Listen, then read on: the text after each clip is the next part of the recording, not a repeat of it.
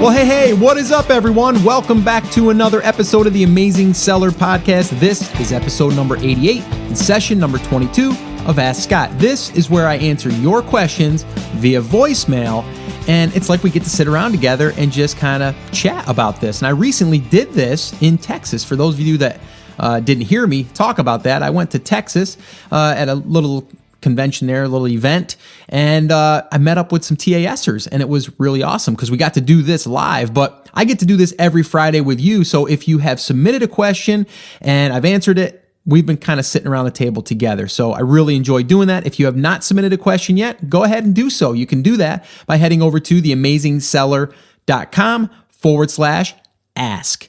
One more time, theamazingseller.com/ask. And from there, you can record a voicemail, leave your name, leave your question, and I'll do my best to answer it on an upcoming show. So what's been going on? What has been going on? Well, Amazon is doing well. They're still there, right? But, some of you may have known or heard that, traffic's down a little bit, and, not for all industries or markets, but for the most part, it's down a little bit. And myself, I'm still now just getting back to about 55 to 60 units a day, when before I was upwards of close to 70, some days even 80 after Prime Day. So again, I just want you guys to understand going into this, or wherever you are in this journey, you're going to have some ups and downs, and you're going to have some different trends within the market and all that stuff. So just be prepared for it. It's, being an entrepreneur is not easy. And I tell this to anyone that I talk to, going to a 9-to-5 job sometimes is easier as far as knowing that you got to show up, you got to do the work, and then you get to leave, right? With being an entrepreneur, you're always like looking at your numbers. You're always swiping your screen to see how many sales you had. You're wondering if your listing is going to get shut down or whatever, right? You just don't know. You're trying to play by the rules, but you're playing on Amazon's playground, if you will. All right. So I just wanted to say that, August is still a great month right now. It's doing fairly well, but understand that this time of year, summer months are usually slower. And I've heard that even years ago in e-commerce. That's just the way it is. But fourth quarter now, got to get ready for that, guys. If you have product right now, you might want to start considering upping your orders for the fourth quarter. Now, real quick, before we dive into today's questions, I did want to remind you that if you haven't attended one of my live workshops, or even if you have and you wanted to come back and hang out, you can do so by heading over to theamazingseller.com/workshop. It's totally free, and I actually hop on, usually hang out for about 2.5 hours. And what we do is I go through the 5 phases of choosing your product, of sourcing your product, launching your product, and promoting your product. I take and break that all down, and I stay on and answer live Q&A, and I have a blast doing that. It's kind of like us kind of hanging out in a room, and we're able to kind of interact back and forth. So I really, really do enjoy those. So if you wanted to hang out, go on over and sign up for that. All right, now, the other thing I wanted to do is I wanted to give a little shout out to someone that had posted inside of our TAS Facebook group. And I want to do this from time to time because it happens all the time in the group. But you know what? It really does make a difference when you celebrate these victories, these small victories even, right? Because these small victories will lead into bigger victories. Now, this one here comes from Frankie Wells, and he posted this in the group with a screenshot. And I'll tell you what the screenshot said in a minute. But basically, it was his little slot machine, as we all call it in the Amazon FBA world, is like our little slot machine where we swipe, down with our thumb. I'm doing this like as you can see it, you can't, but we swipe it down and then we wait for it to update, and it kind of like tells us what we just earned. So it's kind of like a slot machine. And Danny Brewer, I've heard him say that quite a bit. So Danny, if you're listening, I know that you're probably doing that as I'm speaking right now. So Frankie Wells writes, had the most incredible day selling ever. Yes, this is one day only. I needed to sell out a product and set it to a price too good for people to pass up. Profits were smaller than usual, but the volume made up for it. Amazon's strengths and abilities are incredible. It was fun while it lasted. No Photoshop here. I have 18 hours of progress photos to prove it. Thanks, Scott Volker, for giving me my start in it all. And he had over 125 likes, over 30 comments on this particular thread. And the number was $5,200.77. So really, really cool. And I wanted to celebrate that because that's a huge victory. And again, it just goes to show if you take action, you usually get results. They're not going to necessarily be these kinds of results. I've had people post screenshots where they have a $30 screenshot and that's their first order. But you know what? From that $30 order, that can lead to bigger things, and it gets the momentum, and you get through the process and you start learning. I can't stress that enough. Everyone I talk to just talks about, you know what? Stop procrastinating, stop thinking about what ifs, and just do something. Right? Do something, whether you only launch 10 units in your product just to kind of get a feel and a taste for what it's like to sell on Amazon. So really, really wanted to try to inspire you and motivate you by what Frankie had posted. So Frankie, great job, by the way. All right, so let's go ahead and dive into today's first question, and I'll go ahead and I'll give you my answer. Hey, Scott. John from New Hampshire here. Just wanted to first say, love the podcast. Really learning a lot. I've been selling for about 6 months now, and I seem to learn something new with every podcast you put out. I recently heard about a strategy, an idea. I wanted to run it by you. I'm not sure it makes sense. If you have a product, for example, a vegetable peeler, put 2 UPC codes on the same exact product. Call one a carrot peeler and call one a potato peeler. I'm not sure if that's a great idea or not. I guess I can see pros and cons of each, but just wanted to run it by you and see what you thought. Thanks again. Have a great day, and go Red Sox. Hey, John, thank you so much for the question, and thank you so much for the dig there at the end with the Red Sox little statement there. Yeah, we'll see. We'll see in postseason here.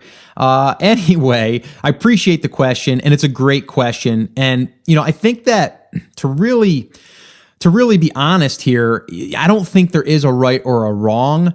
The one thing that I would look at, though, is when you're doing this, I would want to make sure that each one of those audiences or those target markets, that they have enough volume to spread those two out. Because here's the way it could work.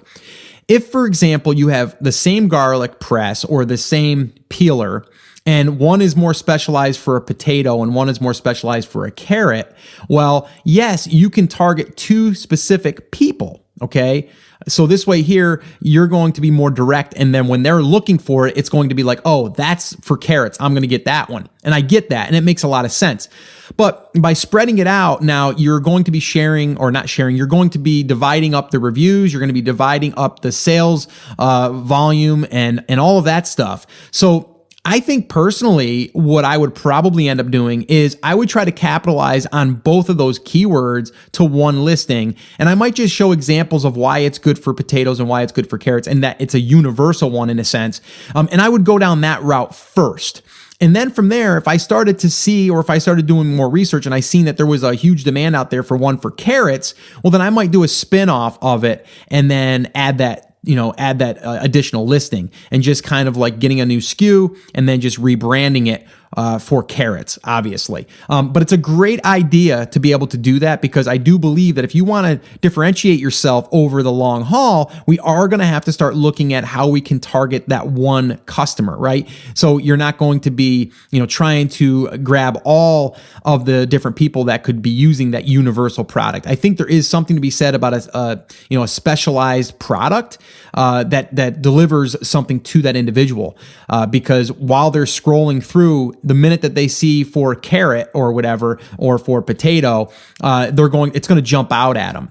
So in the beginning, I think I would try to use those additional keywords and try to point them back to that one listing so I can build up the reviews on that particular listing. It would be a lot easier to try to drive all of these different keywords to the one listing, but when they land on the listing, it will also call out to people that are, potato peelers and carrot peelers. I know it's a silly example, but kind of funny actually, but it makes sense, right? I mean, you're trying to go after that target market and really message clearly to that person, so they say, I'm going to get this one over this one, even though they're almost identical, but this one here has specifically been designed for potatoes.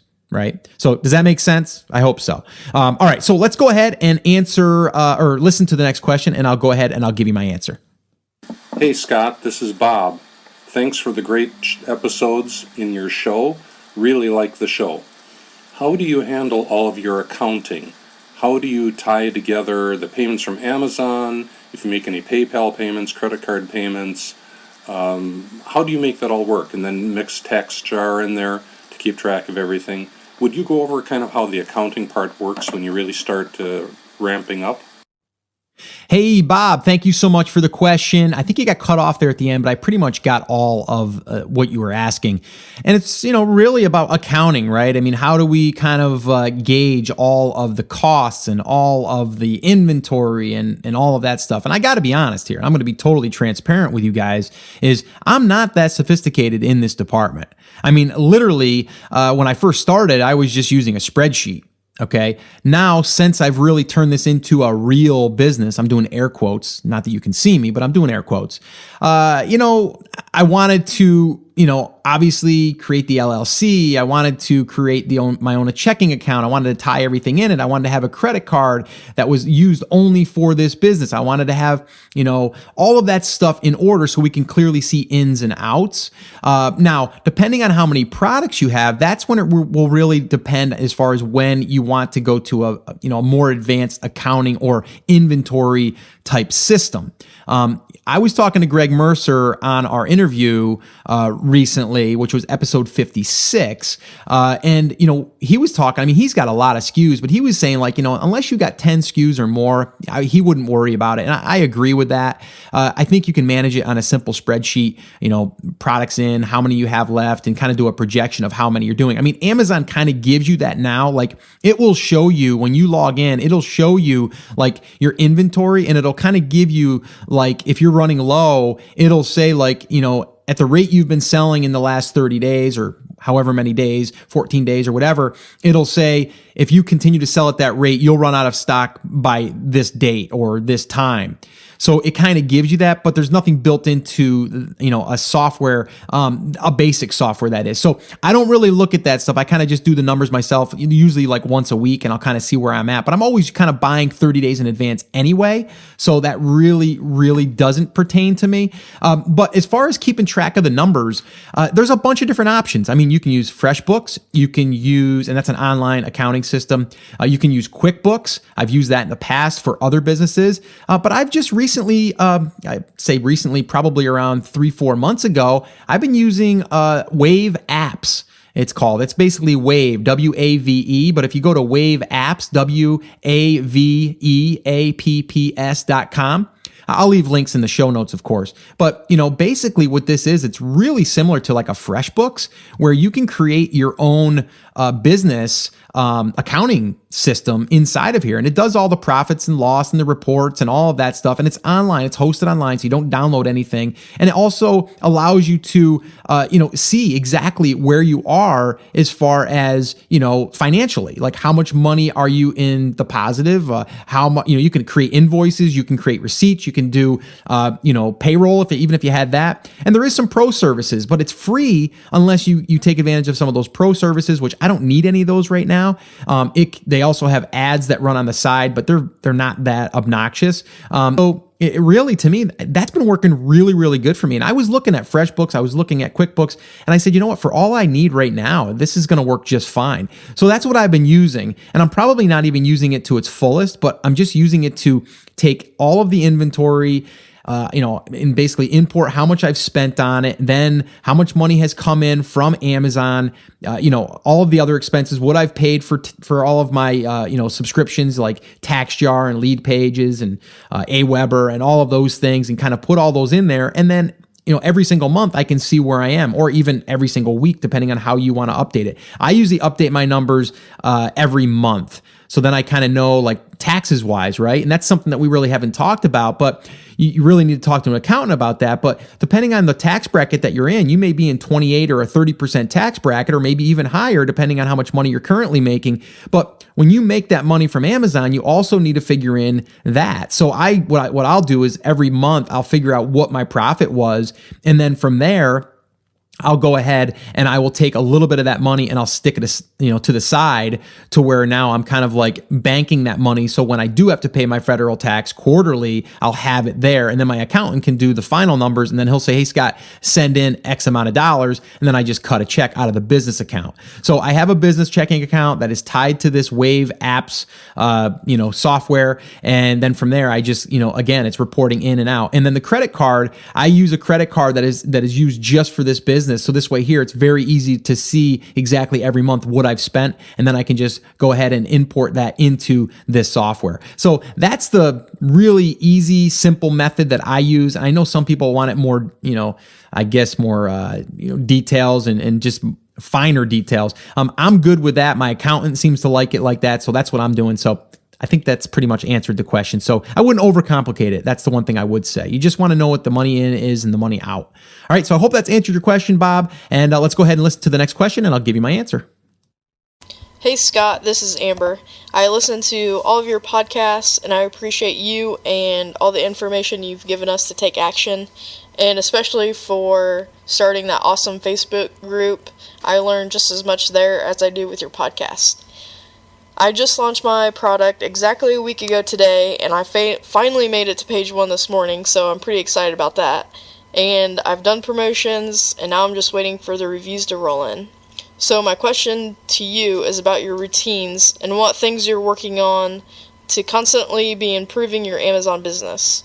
I'm a numbers type of person, so I'm especially interested in what kind of reports you run on a daily, weekly, monthly basis, what you look at, what you're using them for, and how it's going to improve your sales and rank for your product. Thanks for your time, and looking forward to your answer. Hey, Amber, thanks so much for the question. It's a good question too, because, a lot of us wonder, okay, what happens after you get a product kind of up and running? Like, what do you do? Like, what is your daily routine and your morning routine as far as like the business goes?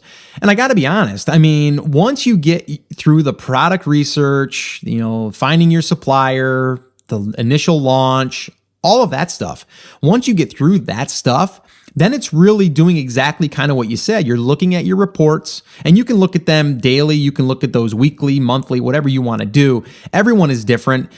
Me personally, and again, sometimes I get a little lazy as far as, what I drill down into, but, for the most part, I mean, typically, I usually every single day, because I have more than one product now, what I'll do is I'll go into all of the products that sold the day before, because the day of, all you're going to see is a total number of items sold. You're only going to see like a bulk. So if you sold 50 units, it's not going to tell you sold 5 of one and 10 of another. It's not going to break it down like that. At least right now it doesn't. So what you have to do is you have to pull that report the next day, usually in the morning. Mine usually kind of updates around 10 o'clock in the morning. So I'll run that report and I'll see how many units I've sold individually, so I can kind of see and get a gauge as far as like, how things are moving, how things are selling. So that's one thing that I look at daily, okay? Because I want to see my new product, if it's taking, if I'm getting my 10 sales a day or 15, or I want to see if I have any trends going, any of that stuff. So that's what I look at. The next thing that I look at as well is I'll go into my pay-per-click, and I just want to at least see what I spent the day before, so something didn't get out of hand.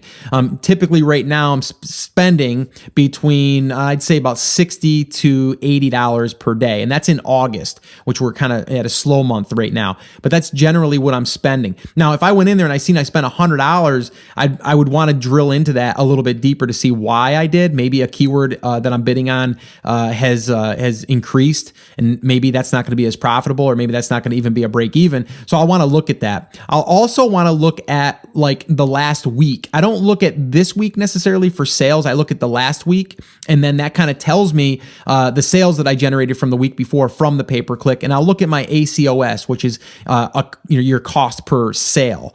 So that's what I look at there, and I'll see if something's like way out of whack. If I see that one campaign's like 100% on the ACOS, I might drill into those keywords and see what keywords are driving that up.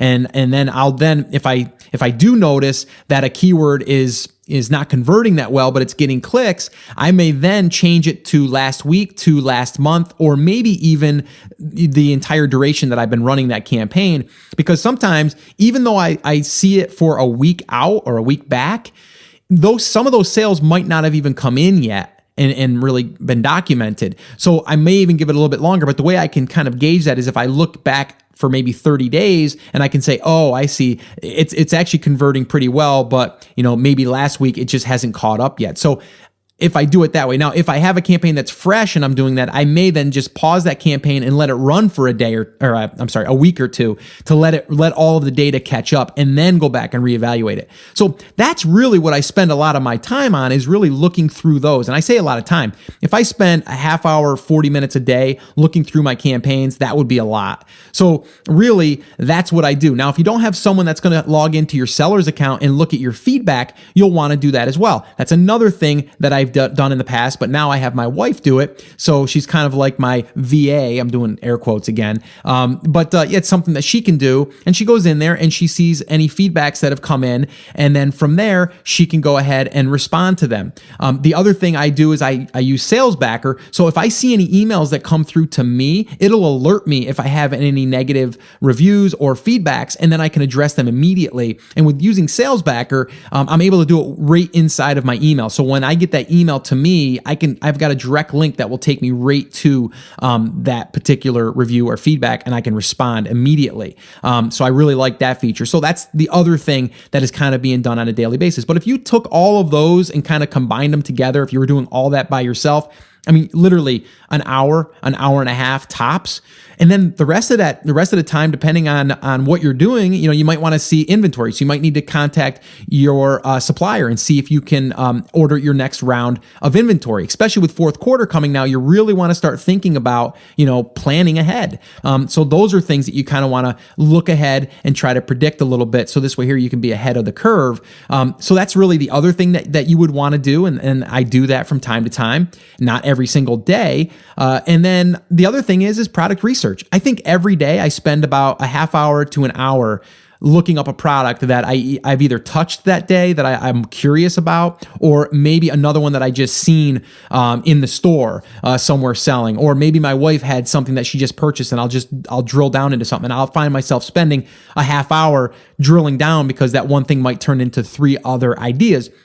Now, a lot of these don't turn into anything, but they get that process going. So I'm always looking for new product, not even just for myself, but for maybe someone else. I have a friend that's looking to get into this. I may turn him on to a product and say, hey, you might want to check this out. So again, I'm just always in that because I want to be in that product research stage always. So I know that was kind of long-winded, but it was actually, I think I just spent longer answering that than I do to actually do my maintenance type stuff during the day. But anyway, so kind of funny, a long-winded answer, but I just wanted to be clear on that. It doesn't have to be a lot of time once you get up and running. In the beginning, yes, you're going to spend more time with product research, with suppliers, with packaging, with your pre-launch, with building out your listing, all that stuff. But once that's done, then it's a matter of just maintaining and then kind of keeping an eye on everything and seeing how things are going. So I hope that's answered your question. Let's go ahead and answer one more question, and I'll give you my answer, and then we'll go ahead and we'll wrap this baby up. Hey, Scott and Brody, this is Jason. Just a quick question about PPC. I noticed today I've got several campaigns running, and I noticed that I have the same keyword in a lot of those campaigns. So I thought to myself, this isn't very smart because I'm competing against myself, and I removed the keyword from all but one campaign. When I did this, it seems like I lost a little bit of ranking, and I don't see myself at the top of the ads anymore when I'm searching for that keyword. So my question is, should you have your keyword, the same keyword, in multiple campaigns, and what's the best way to dial that in so you're not raising your own PPC bid? Thank you. I love you. Garlic Press. Hey, Jason, thanks so much for the question. And Brody says thank you too. Yeah, he's still out like a light. So we're going to go ahead and give you an answer to this one. And it's a great question because I've heard so many people. On one of our live workshops that we did, I say we, Chris Schaefer and I, and Chris Schaefer, for those of you that don't know, he's someone that helps me out with the workshops. He's also helping me with my private label classroom. Very, very smart guy. And he believes the same thing here that I do. I do not believe that you putting the same keyword in multiple campaigns will hurt you, and I don't believe it's going to compete against yourself. That's my personal opinion. I can't prove that, but I can say that I have not seen anything like that by myself, from myself, or from anyone else that I know that's running pay-per-click. And I know someone right now who runs a lot of pay-per-click, a lot, like 1 million keywords, a lot. And I think he would agree. So I wouldn't worry about that. Now, that being said, your keyword or that one keyword, let's say, that may perform differently in different campaigns. It's weird. Sometimes you might launch a campaign with that keyword, bid the exact same amount for that keyword, and you may get different impressions, you may get different clicks. It's just weird. I don't know why. I can't say why, but that's why we need to test these things. Now, there is one strategy that a good buddy of mine did, the guy with the 1 million keywords, is basically he had 2 separate campaigns for that same keyword, and he set them up separately. And this is a little tip for anyone, is basically taking that keyword, creating 2 separate campaigns with 2 separate bids. So let's say that one of them you're going to bid $1 and the other one you're going to bid $2, right? Just to keep it simple. Well, the $2 one you probably would bid during the day. Okay, because let's say between 8 o'clock in the morning and 8 o'clock at night, that's when most of the traffic is on Amazon, or maybe it's different. I don't know. I'm just using this as an example, right? So what you would do, you would manually have to do this, is where you would go ahead and you would pause the one that you have a bid of $1, and then you would turn on the one for $2. Well, now when 8 o'clock came, you would go ahead and pause the one for $2 and turn on the one for $1. And then this way here, someone might have already ran out of a budget that's bidding on that keyword. So now instead of you bidding up to $2 on that one, you could bid lower, maybe even 50 cents. Who knows?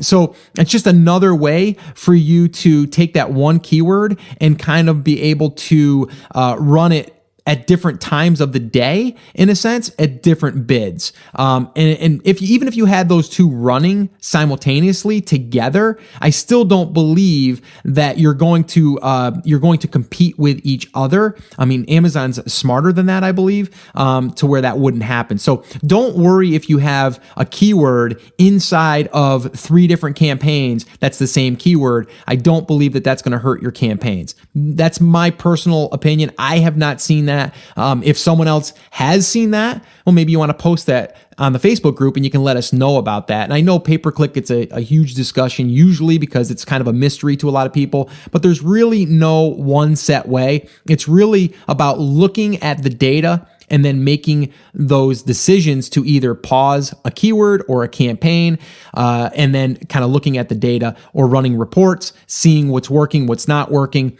and then, trimming it down, right? And for those of you that are just starting with pay-per-click, really, really simple way to do it is to start with an auto campaign, like I've said before, and then from there, pull that report after about 7 days and see the keywords that it's targeting and then kind of go from there. But I know a lot of you want to go after that main keyword. And I think that the main keyword is good, but I think that a lot of people don't put enough emphasis on the miscellaneous keywords, because all of those miscellaneous keywords that you're not focusing on, they can add up to a lot of traffic. So just keep that in mind, all right? But I'm not saying abandon that one keyword. I think that if that's the one you want to rank for, then you should be bidding on that and pretty aggressively. So I hope that's answered your question, Jason. And yes, garlic press, and glad that you're enjoying the show. And for those of you that are tuning in for the very first time and you don't know what the garlic press reference is, you'll figure that out when you go back and listen to some of those past episodes, because it's a pretty common example that we use here. So for those of you that have been listening for a while, you guys all know about the garlic press. So pretty funny stuff there. All right, so that's pretty much going to wrap it up, guys. I really wanted to say thanks again for taking time out of your day and also giving me your feedback, whether it's email, comments on the blog, iTunes, even if you're on the Facebook group and you're posting your victories there. I just want to continue to grow this community to be the best out there, because I mean, we're up over 10,000 people in our Facebook community now, and it's because people are telling people about how helpful it is and that it's not a spammy group where you're not going to get, offers and you're not going to, have people asking you to review their products. That's not what this group is for. This group is for community, to help one another and to be able to either better your business or start your business. All right. So I want to continue that. Now, if you are not part of the Facebook group, you can head over to theamazingseller.com/F as in Frank, B as in boy for Facebook.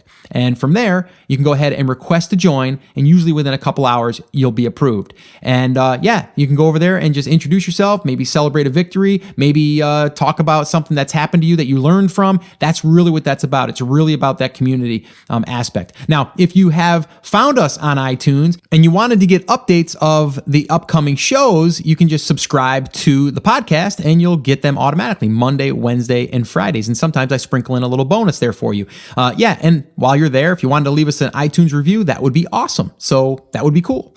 It would really help the show and it would show the support for the show. So I appreciate that. And that's pretty much it, guys. So enjoy your weekend. Have an amazing weekend, actually. We're supposed to have really good weather here.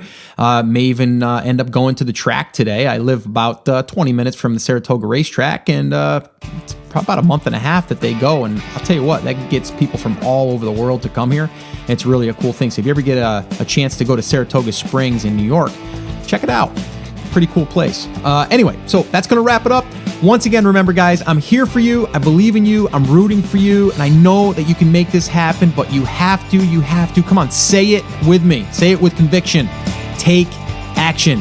All right, guys, take care. Have an awesome weekend or week, and I'll see you in the next episode.